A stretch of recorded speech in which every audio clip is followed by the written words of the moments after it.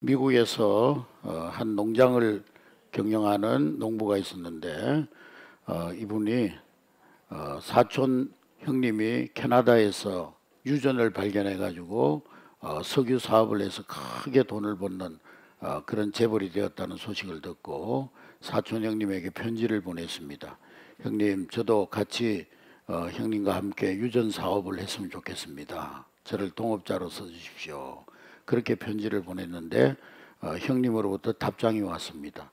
유전 사업은 아무나 하는 것이 아니고 유전에 대한 그런 지식이 있어야 되고 전문적인 그런 지식이 필요한데 너는 그런 전문적인 지식이 전무한데 할 수가 없다. 거절의 편지를 받았습니다. 그래서 이 동생이 오기가 생겨가지고 대학을 들어갔는데 석유를 전공으로 공부하는 석유화학을 공부하는 그런 대학에 들어가서 학위를 받았습니다. 아주 전문적인 지식을 얻게 되어졌습니다. 그래서 이제 다시 그 사촌 형님에게 편지를 보냈습니다. 형님, 내가 이제 학위를 받고 이렇게 유전에 대한 그런 전문적인 지식을 얻었으니까 이제부터 나와 함께 동업을 했으면 좋겠다고. 그래서 이제 형님이 그 이야기를 듣고 허락을 해서 23년 동안 운영하던 이제 농장을 헐값에 팔아버리고 캐나다로 유전 사업을 하기 위해서 떠났습니다. 그런데 그 농장을 사서 물려받은 새로운 농장주가 가축들에게 물을 주려고 개울물을 이렇게 떠는데 이상한 냄새가 나는 거예요. 그래서 뭔가 봤더니만 거기에서 바로 유전이 터졌던 것입니다. 이 농장을 팔고 캐나다로 간 사람은 23년 동안 살면서도 자기 농장 안에 엄청난 유전이 있다는 것을 몰랐던 것입니다. 다음에 온 사람이 오자마자 그 유전을 개발해서 큰 재벌이 되었다는 그런 실화입니다. 구원받은 하나님의 자녀들에게 하나님께서는 엄청난 능력과 권세를 허락해 주셨습니다. 하나님은 예수 그리스도의 능력과 하나님의 어마어마한 은총을 우리 구원받은 하나님의 자녀들에게 다 주신 것입니다. 그러므로 우리는 하나님의 은혜와 예수 그리스도의 그 구원의 능력 속에서 우리는 날마다 살아가야 하는 것입니다. 그런데 많은 신자들이 그 하나님이 주신 엄청난 능력 안에 살아가면서도 깨닫지도 못하고 깨닫지 못하니까 누리지도 못하고 하나님 나라의 왕 같은 제사장이 아니라 세상의 종으로 세상에 끌려다니면서 세상 속에서 세상의 노예로 살아가는 그런 사람들이 얼마나 많은지 모릅니다. 그래서 인생의 조그마한 장애물을 만나면은 그것을 돌파하지 못하고 주저앉아서 항상 패배자로 살아가는 그런 신자들이 얼마나 많은지 알 수가 없습니다. 여러분들이 다 잘 아는 골프스타 박세리, 이분이 1998년도에 LPGA US 오픈 대회에서 이 공을 쳤는데 워터 해저드에 그 공이 빠졌습니다. 물웅덩이에 골프공이 빠진 거예요. 이 골프공이 물웅덩이에 빠지면은 벌점을 받고 이제 새로 공을 치든지 아니면은 그 물웅덩이에 빠진 공을 이제 밖으로 쳐내야만 경기를 진행할 수가 있습니다. 고민하던 박세리는 캐디도 야, 이거 불가능한 일이다 쳐내가지고 한다는 것은 불가능하니까 차라리 벌점을 받고 다시 시작하는 것이 좋겠다. 그렇게 권유를 했지만은 그러나 박세리는 양말을 벗더니만 웅덩이 속으로 들어가서 멋진 워샷을 날려가지고 그 대회에서 LPGA 대회에서 우승을 차지하게 됩니다.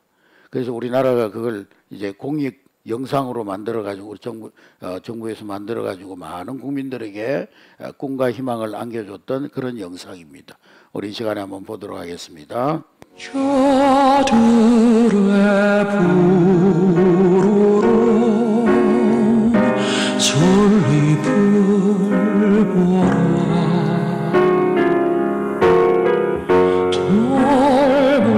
돌보는 사람도 하나 없는데 우리 나갈 길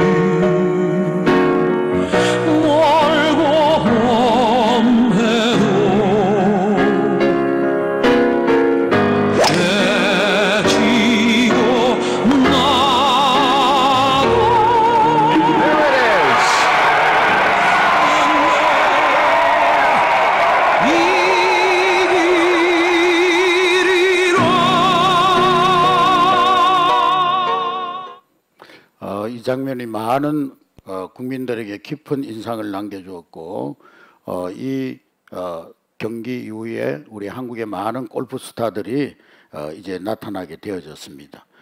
이 경기는 IMF 경제 위기로 힘들었던 우리 대한민국 국민들에게 큰 희망을 안겨주었고 이후에 많은 한국 골프 선수들이 세계 무대에서 활약하는 그런 분기점이 되어졌습니다. 장관을 지냈던 이어령 씨, 지금은 고인이 되었습니다마는 이 어령 씨가 인간을 세 종류로 구분을 했습니다. 첫 번째로는 넙치형 인간이 있다가 그랬습니다. 이 넙치형 인간은 바다 밑에 납작 엎드려서 그저 물의 흐름을 타고 살아가는 그런 사람입니다. 참치는 가만히 있으면, 두 번째는 참치형 인간인데 이 참치는 가만히 있으면 바다에 깔아앉기 때문에 하루 종일 파닥파닥하면서 헤엄쳐야 살 수 있는 그런 물고기가 참치입니다. 그런데 날치는 바다 속에 살지만은 그러나 이 바다 위로 날아오르는 그런 일들을 가끔 합니다. 그래서 날치입니다. 파도가 쫙 하고 치면은 이 날치가 그 파도를 타고 바다 바깥으로 표면으로 올라와 가지고 그 넓은 바다를 풍경을 보는 것입니다. 수면을 박차고 멋지게 뛰어오르는 이 날치처럼 다른 세계로의 돌파가 오늘 우리의 삶에도 필요한 줄로 믿습니다. 근데 대개 일반적인 사람들은 넙치형으로 그냥 엎드리고 살거나 세상 바람 부는 대로 물결 치는 대로 그렇게 살아가거나 아니면 참치형 인간의 모습과 같이 오늘보다도 더 부유하고 풍성한 삶을 살기 위해서 일평생을 아침 이런 시간부터 밤늦은 시간까지 파다닥거리면서 파닥파닥하면서 살아갑니다. 우리나라도 마찬가지죠. 6.25 전쟁 이후에 우리나라가 폐허로 변해버린 이 땅을 다시 세우기 위해서 모두가 열심히 일했습니다. 새벽종이 울렸네, 새아침이 밝았네. 그러면서 새벽 일찍부터 밤늦게까지 열심히 부지런히 일했습니다. 잘 살아보세, 우리도 한번 잘 살아보세 하면서 모두가 다 허리를 졸라매고 아끼고 절약하면서 부지런히 일했습니다. 그 결과 전쟁 폐허의 흔적은 다 말끔히 사라지게 되었고 오늘날 경제성장, 놀라운 경제성장으로 인해서 우리나라가 1990년도에 이미 OECD에 가입하는 그런 나라가 되어졌습니다. 우리 한국의 기술력은 세계적으로 인정받고 있습니다.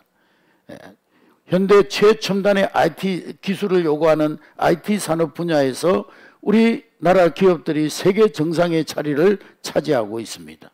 반도체 산업, 자동차 산업, 가전제품 이런 분야에서 메이드 인 코리아 도장이 찍히면은 그것은 품질을 보증하는 높은 퀄리티의 그런 브랜드로 변해가고 있습니다.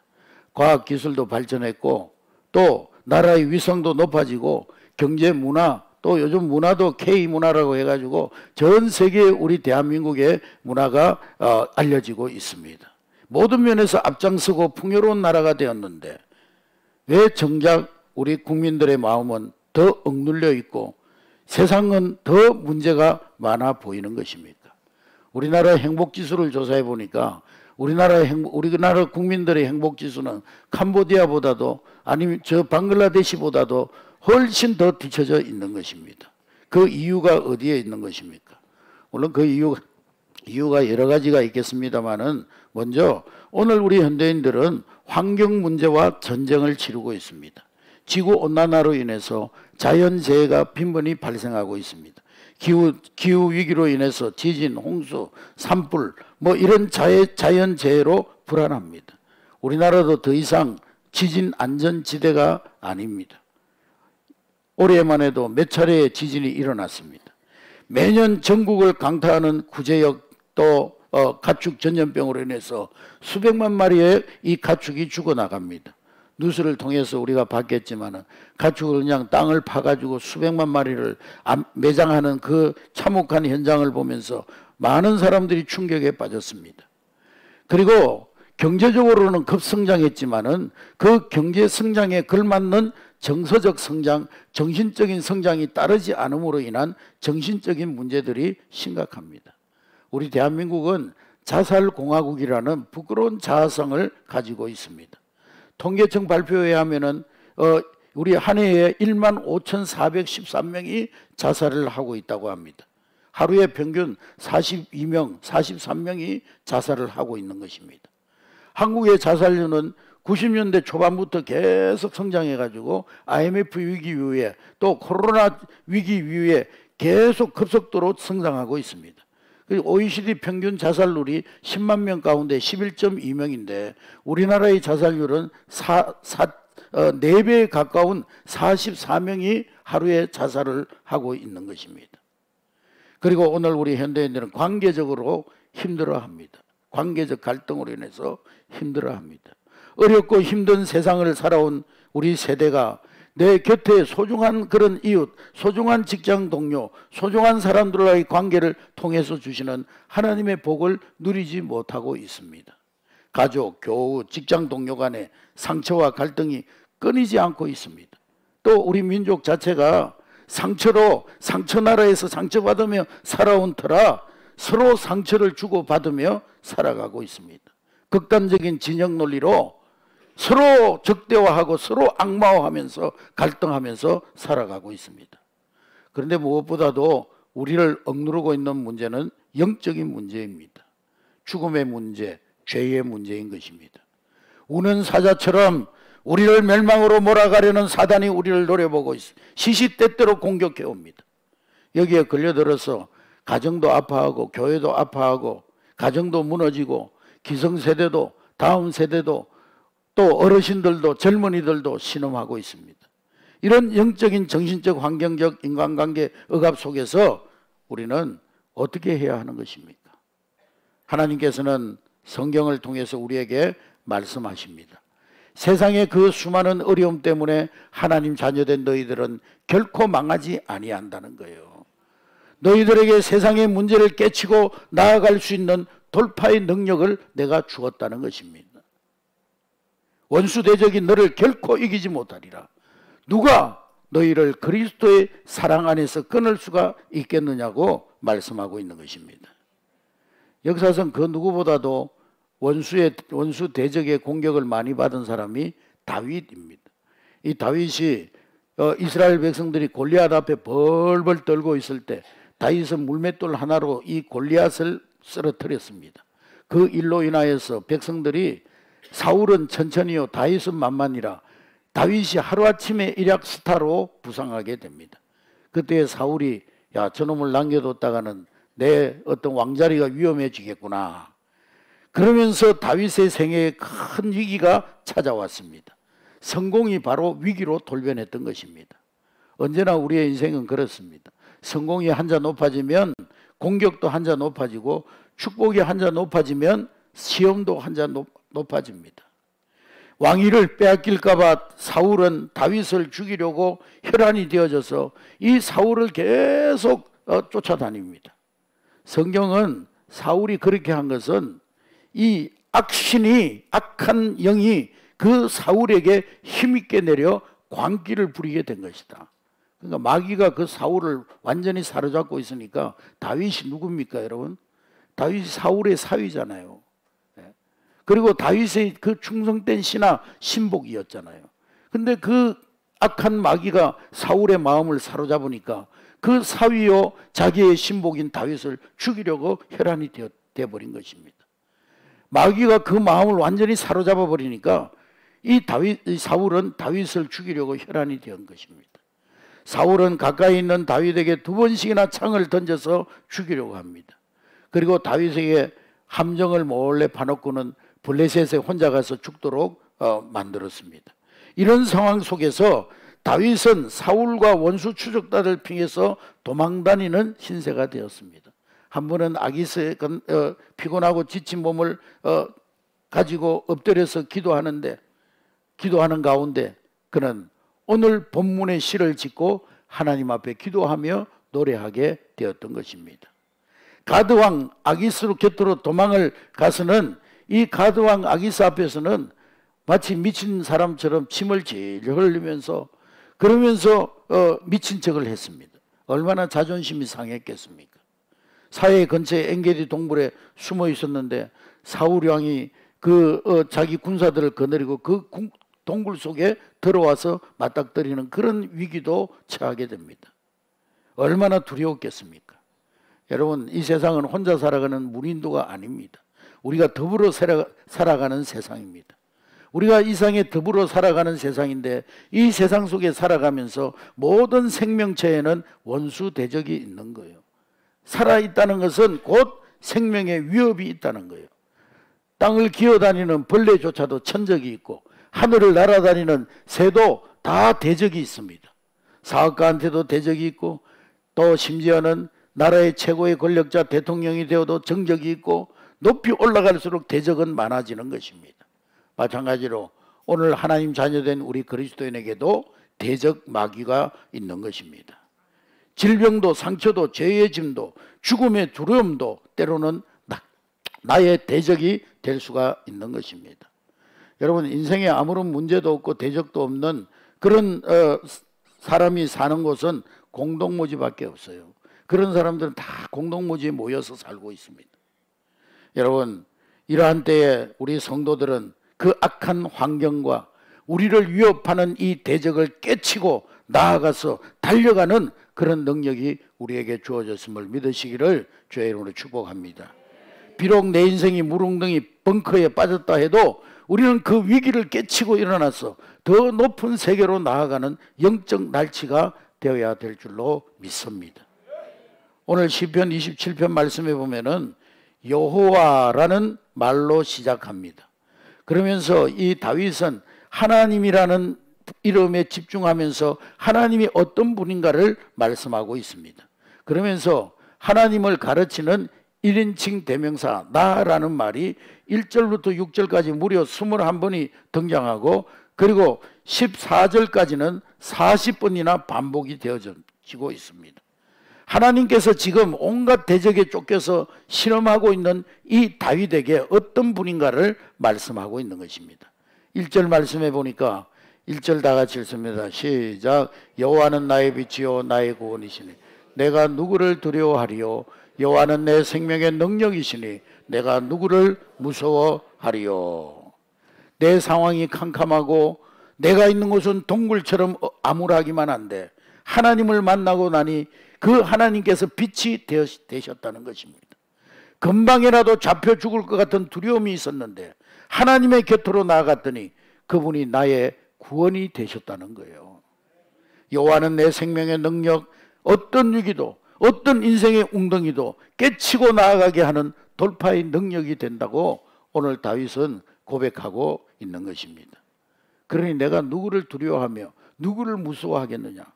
나는 기도만 했는데 하나님께서 내 원수를 내 발 아래 꼬꾸라지게 하셨다. 오직 여호와 하나님만이, 그리고 하나님 앞에 나아가 기도하는 것만이 모든 인생의 장애물과 위기를 깨치고 나아가게 하고 일어나게 하는 능력이 된다는 것입니다. 할렐루야. 다만 아쉬운 것은 4절 6절에 보니까 4절 우리 다 같이 읽습니다. 시작. 내가 여호와께 바라는 한 가지 그것을 구하리니 곧 내가 내 평생에 여호와의 집에 살면서 여호와의 아름다움을 바라보며 그의 성전에서 사모하는 것. 6절 다 같이 읽습니다. 시작. 이제 내 머리가 나를 둘러싼 원수 들리리니 내가 그의 장막에서 즐거운 제사를 드리겠고 노래하며 여호와를 찬송하리로다.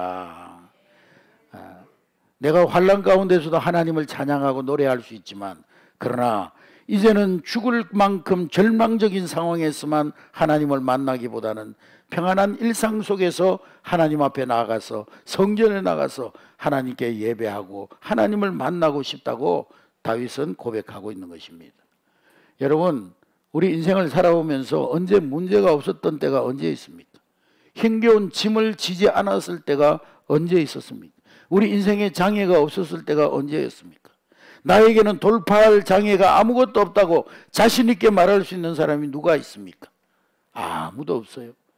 가난한 사람은 가난한 대로 고달프고, 부자는 부자대로 고민이 많고, 지식인은 지식인대로 괴롭고, 권력자는 그들 나름대로 힘겨운 인생의 장애를 가지고 장애를 고통의 짐을 지고 살아갑니다. 공부하는 학생들도 공부의 무거운 짐을 가지고 시험을 치러야 하는 짐이 있고, 직장인은 직장인대로, 어르신들은 어르신대로 연약함과 죽음의 짐이 있습니다. 인류 역사가 시작된 이래로 우리 인간에게 괴로움은 떠나지 않고 있는 거예요. 모든 인간은 고통 속에서 태어나서 고통 속에 살다가 고통 속에 죽어가는 겁니다. 그래서 출애굽의 지도자인 모세가 말하기를 우리 인생의 연수는 70이요 강건하면 80이라도 그 연수의 자랑은 수고와 슬픔뿐이라고 고백하고 있습니다. 세계를 정복했던 나폴레옹도 센터에 일어났으면서 유배되어 가지고 고백하기를 나는 내 일생에 지금까지 단 일주일도 평안한 날이 없었다. 저 바닷가에 불어오는 바닷소리는 이 세상 모든 사람들의 한심소리고, 저 바닷가에 넘실거리는 파도 소리는 세상 사람들의 눈물이다. 그렇게 고백했습니다. 여러분, 인간은 자기가 스스로 고난을 원하든 원치 않든 수고하고 무거운 짐을 지고 가는 존재인 것입니다. 수고라는 단어가 처음 나온 것은 인간이 타락한 이후에 처음 이 수고라는 단어가 나왔습니다. 이때부터 수고는 우리 인생의 별명이 된 거예요. 저 사람은 무슨 고민이 있겠나? 저 사람에게 무슨 걱정이 있겠나? 그러나 만나보면 고민, 걱정이 몇 배나 더 있어요. 일에 대한 고민, 자신에 대한 고민, 부모나 자식에 대한 고민, 부부간의 고민, 화려하고 안정된 직업을 가지고 있는 것과는 전혀 상관없이 모든 사람은 고뇌하고 있습니다. 웃는 얼굴 뒤에도 남몰래 눈물을 흘리는 눈물이 있고, 넓은 가슴 속에도 홀로 가슴치는 아픔이 있고, 인간관계가 얽히고 설겨서 그 갈등으로 영혼과 마음이 병들어 있는 사람들이 얼마나 많습니까? 그런데 우리 주 예수 그리스도는 우리 인생의 그 모든 무거운 짐, 모든 장애를 다 아셨어요. 그래서 우리 예수님께서 저마다 수고하고 무거운 짐이 있고 그것으로 인해 저주받은 인생이 본질을 아시고, 그래서 절망하는 우리 인생들을 향해서 두 팔을 벌리시고 수고하고 무거운 짐진 자들아 다 내게로 오라. 내가 너희를 쉬게 하리라. 할렐루야. 하나님이 아니면 누가 감히 이 절대적인 초청과 약속을 할 수가 있겠습니까? 다 내게로 오라. 내가 너희를 쉬게 하리라. 우리 주 예수 그리스도가 아니면 누가 이 초청과 약속을 할 수가 있겠습니까? 하나님만이, 우리 예수 그리스도만이 하실 수 있는 절대적인 초청이요 절대적인 약속인 것입니다. 그렇습니다. 우리 하나님께 인생의 모든 한계, 인생의 모든 장애물, 문제를 깨치고 일어나 나아가게 하는 능력이 우리 하나님께만 있는 줄로 믿습니다. 그러면 우리 예수님께 나와 풀어야 될 짐, 예수님이 풀어주시는 짐, 예수님께서 깨뜨려 주시는 우리 인생의 장애는 어떠한 것들이 있을까요? 첫 번째로는 예수님은 우리의 죄의 짐을 깨치고 부수는 능력이십니다. 할렐루야. 인간 그 누구도 죄 없는 사람, 죄 없이 사는 사람은 없습니다. 나는 아무 죄가 없어. 나는 법이 없어도 살 사람이야. 그런 사람들 종종 보는데, 그런데 그 사람이 제일 흉측한 죄인이라고 성경은 말하고 있습니다. 인간은 죄 중에 잉태되고 죄 중에 태어나고 죄 중에 살다가 죄 중에 죽는 거예요. 죄의 삭은 사망이라고 했습니다. 그러므로 죄의 짐을 해결하지 않고는 하나님 만날 수가 없는 것입니다. 그러나 우리 주 예수 그리스도께서 십자가 위에서 우리의 모든 죄의 짐을 다 풀어주셨다는 이 사실을 우리가 믿기만 하면 우리의 죄짐은 당장에 풀어지게 될 줄로 믿습니다. 두 번째로 우리 인생의 짐은 질병으로 인한 짐입니다. 예수 그리스도의 이름은 질병의 짐을 깨치고 부수는 생명의 능력이십니다. 할렐루야. 우리 인간이 살아가는 데 있어서 가장 무서운 고통 중에 하나가 질병입니다. 질병은 생명을 앗아가고 그리고 평안한 가정을 파괴시켜버려요. 가족 중에 누군가 아파서 병원에 몇 달만 입원해 있으면 온 가족의 분위기가 삭막해지고 우울해집니다. 그러므로 사람들은 병을 대체하려고 지구가 생긴 이래 수천 년 동안 문명을, 과학을 발전시키고 의학을 발전시킨 그 궁극적인 목적은 질병을 극복하려고 하는 그런 노력이었습니다. 오늘날도 뭐 의학이 발달했다고 하지만은 자랑하지만은 불치병은 점점 더 늘어갈 뿐입니다. 말세의 재앙 중에 질병으로 고통받는 자가 많을 것이라고 성경은 예고하고 있습니다. 갖가지 암, 전염병들, 또 이름 모를 난치병들, 이런 병들이 횡행할 것이라고, 마지막 때 횡행하게 될 것이라고 성경은 예언하고 있습니다. 그러나 여호와 라파의 하나님이십니다. 출애굽기 16장 16절에 하나님은 치료하시는 하나님이신 것입니다. 할렐루야. 성경에서 예수님을 만난 사람은 그 어떤 질병을 가졌다 할지라도 다 고침받고 나음을 받았습니다. 할렐루야. 이 시간에도 예수님께서 여러분들의 질병을 향하여서, 질병의 짐을 지고 있는 여러분들을 향하여서 내게로 오라. 내가 예수 그리스도의 이름으로 명하노니 못된 질병아 다 나음을 받을지어다. 이 시간도 진정 예수 그리스도를 만나기만 하면 질병의 짐은 풀어지게 될 줄로 믿습니다. 의사가 해결하지 못하는 질병, 의학이 해결하지 못하는 질병이라도 하나님이 역사하시면 그 모든 질병의 장벽은 깨어지게 될 줄로 믿습니다. 세 번째로 예수 그리스도는 가난의 짐을 깨치고 부수는 능력입니다. 따라하겠습니다. 예수 그리스도는 가난의 짐을 깨치고 부수는 능력이시다. 여러분, 세계 지도를 펼쳐놓고 우리 국민소득 2만 불, 3만 불 이상 되는 나라들을 골라보면 95%가 다 기독교 국가들이요, 복음을 받아들인 나라들입니다. 그 가운데 5%도 사실은 처음에 복음을 받아들였지만은, 그러나 그들이 복음을 받아들이고 하나님의 은혜 가운데 풍성한 그런 경제적인 발전을 이루고 나서는 복음을 버린 나라들이요. 가까운 나라 일본이 바로 그런 나라입니다. 일본은 우리나라보다 수백 년 전에 먼저 복음을 받은 나라입니다. 근데 선교사들을 다 죽이고 핍박하고, 그래서 교회를 핍박했어요.